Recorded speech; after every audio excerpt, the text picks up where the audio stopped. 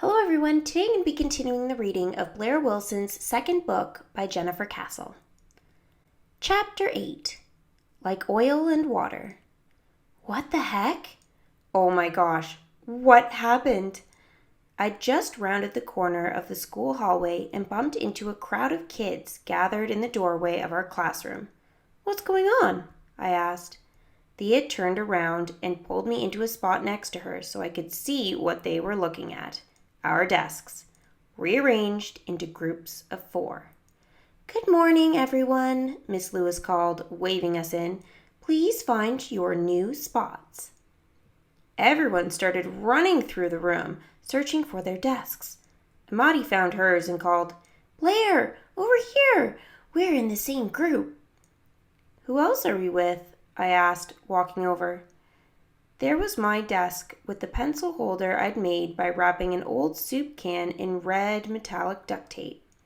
Right across from me was a desk with a sticker on it. In teeny tiny type, it said, If you can read this, please get me a donut. I started laughing. Whose desk is this? I asked Amadi. She shrugged. It's mine, Eli said, coming up behind me. Oh, I like your sticker. Eli flopped into his chair.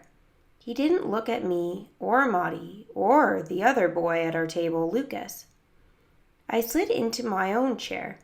I didn't see you at the Harvest Festival, I said lightly. Did you go?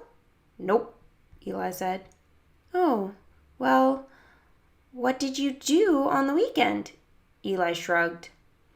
Okay, class, Miss Lewis called out to quiet us down. Your desks will be in this setup for 4 weeks. I like to mix things up. And speaking of mixing, this morning's science lab is going to explore what we're learning about the density of liquids. You'll work with your desk group. Miss Lewis handed each table a liquid dropper, a tall plastic cup, and a stack of small plastic cups.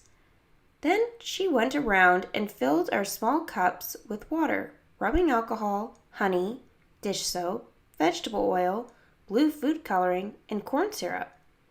Add a drop of each liquid to the tall cup, starting with what you think is the most dense liquid. Talk amongst yourselves. I think that would be the honey, Lucas said to me, Amadi, and Eli. Maybe, Amadi said, or the corn syrup. No, Eli muttered. It's the vegetable oil. He grabbed the dropper and filled it with some of the oil, then added that to the cup. Next, he filled the dropper with corn syrup. Eli, I said, we should be working together. Eli just held up his palm, telling us to wait, and finished filling the dropper. He squeezed the syrup into the tall cup. It settled on top of the oil, but didn't mix with it. That's cool, Amadi said. How did they stay separate? The liquids are different densities, Eli said. Yeah, Lucas added. That's why people say those two are like oil and water, about people who don't really get along. Good call, Eli, I said. You were right about vegetable oil. Uh-huh, Eli grunted. He got up and went to the pencil sharpener. I looked at the jar where the liquids were settling on top of each other. Then I looked at Eli. He didn't seem to want to mix with anyone. Well, I had 4 weeks to sit next to him. That gave me a lot of time to try to change that. At the end of the afternoon, we had a birthday circle for one of the girls in our class. Each of us had a turn telling Christina what we admired about her. I said I liked how good she was at math and helped other people remember their facts when they needed. Then Christina took out a big box filled with frosted sugar cookies. She started passing them around. When she got to me, she held out the box, but I didn't take a cookie. Don't you want one? She asked. Is this dairy-free by any chance? Christina closed her eyes and bonked herself on the forehead. Oh my gosh, Blaire, I totally forgot that you can't have dairy. I'm so sorry. It's okay, I said quietly. I have my own cookies I can eat. I didn't want Christina to feel bad, especially on her birthday, but it felt awkward to get up and go to the storage cabinet for a different treat. I hoped no one was watching me.